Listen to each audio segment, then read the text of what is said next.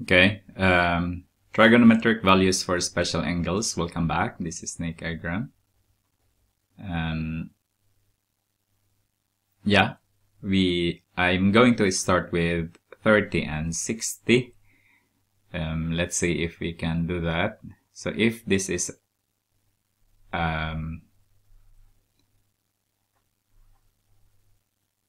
what is this, an equilateral triangle, then I have, for example, sides of 2. That's 2 here. So if I'm going to divide it into 2 such that I have 2 right triangle, then this is 1 and this is 2, and this the height will be square root of the height. I will put height here. Height is equal to the square root of, we have 2 raised to 2 minus 1 raised to 2. Then we have square root of 3. So this is square root of 3. So if this is my 60 degrees, because it is equilateral triangle, and then I have bisector, then I have 30 degrees there. That's why I want to start with 30 degrees. Okay, we start with sine theta. So our sine 30 degrees is opposite side. The opposite side of 30 degrees is 1/2. 1 divided by the hypotenuse is 2. So sine of 30 degrees is always 1/2. Okay, so it doesn't matter what are the sides. Okay, it is always equal to 1/2. And then sine of 30 degrees, that is adjacent side, that is square root of 3 divided by 2. And the tangent, then we have the opposite side, that is 1 divided by the adjacent side, that is square root of 3. And then if we multiply square root of 3 to numerator and denominator, then we have square root of 3 divided by 3. So those are the exact value. And then cosecant will be 2. And then secant will be 2 divided by square root of 3. If we expand that by square root of 3, multiplying square root of 3 to both numerator and denominator, then we have 2 square root of 3 divided by 3. And then the cotangent will be square root of 3. Okay, 60 degrees now. Let's try 60 degrees. 60 degrees now is the opposite of the 30, actually. So sine of 60 degrees will be, the opposite side now is the square root of 3. Oh, not in 45, sorry. Square root of 3 divided by 2. And then the cosine will be the opposite of 30. As you can see now, tangent will be the opposite side, square root of 3 divided by 1, so that is square root of 3. Now we have cosecant now, that is 2 divided by square root of 3, and we know that it is 2 divided by square root of 3 is 2 square root of 3 divided by 3, like in secant here. And then we have cosecant now, it is the reciprocal of cosine, that is 2. And then we have the cotangent, that is the square root of 3. Reciprocal will be 1 divided by square root of 3. And then we've known that 1 divided by square root of 3 will be square root of 3 divided by 3. To remember this, it will be easy because there are times where you are not allowed to use a calculator in solving angles. So special angles are very handy when those questions comes.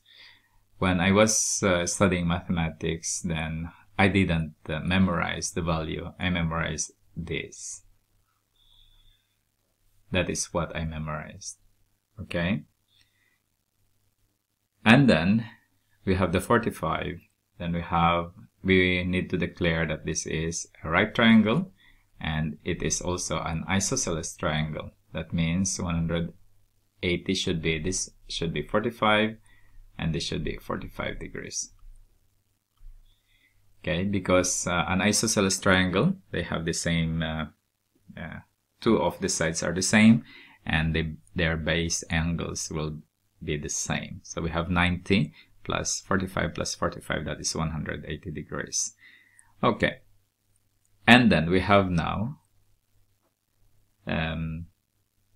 if this is our degree now, we have 45 degrees. And then if we try that this is 1, and this is, the height of this is 1 and 1, that means this is squared of 2. Because 1 plus 1 is 2, and the square root of that is square root of 2. Okay? 45 degrees. Opposite side, that is 1 divided by square root of 2. If we expand that by square root of 2, by multiplying square root of 2 for the numerator and the denominator, then we have square root of 2 divided by 2. And then the cosine is the same, that is 1 divided by square root of 2, that is also square root of 2 divided by 2. And then we have the tangent. Tangent is 1. Opposite side and adjacent side is the same, so it's 1. And then the cosecant will be square root of 2. And the same also with secant. And then here it is also 1. So very special. 45 degrees is very special. So remember, just remember this and the definition of the 6th trigonometric function. Then you will get the values of these special angles. Okay, let's try some example. Find the value of x for the right triangle shown. Then we have 30 degrees. If you don't remember right now, then 30 degrees is either 1/2 square root of 3 divided by 2 or square root of 3 divided by 3. But we're thinking about 30 degrees of cosine because we have the adjacent side. So we have cosine 30 degrees is equal to x divided by 8. Solving, we have x is equal to 8 multiplied by cosine 30 degrees. So if I'm going back again, or I'm going to show you here, we have 2 here, we have 1 here, we have a square root of 3 here. And this is your 30, if you remember that. So adjacent side is square root of 3. 8 multiplied by square root of 3 divided by 2. Then it should be 4 times the square root of 3. That's our x. Okay? If I'm going back here now, we have square root of 3 divided by 2, our cosine. So you don't need a calculator for that. Okay. This is 28 degrees. It's nothing to do with the special values, but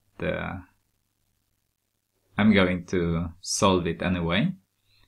The applications of trigonometric functions, even the next example.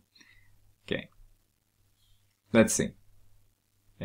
Solve triangle ABC. Then we have A and C that we need to. So we have for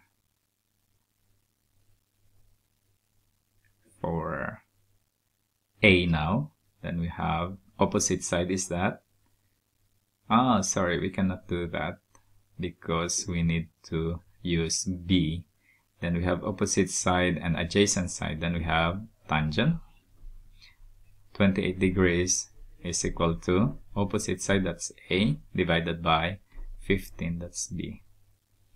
Then we have A is equal to 15 tangent 28 degrees.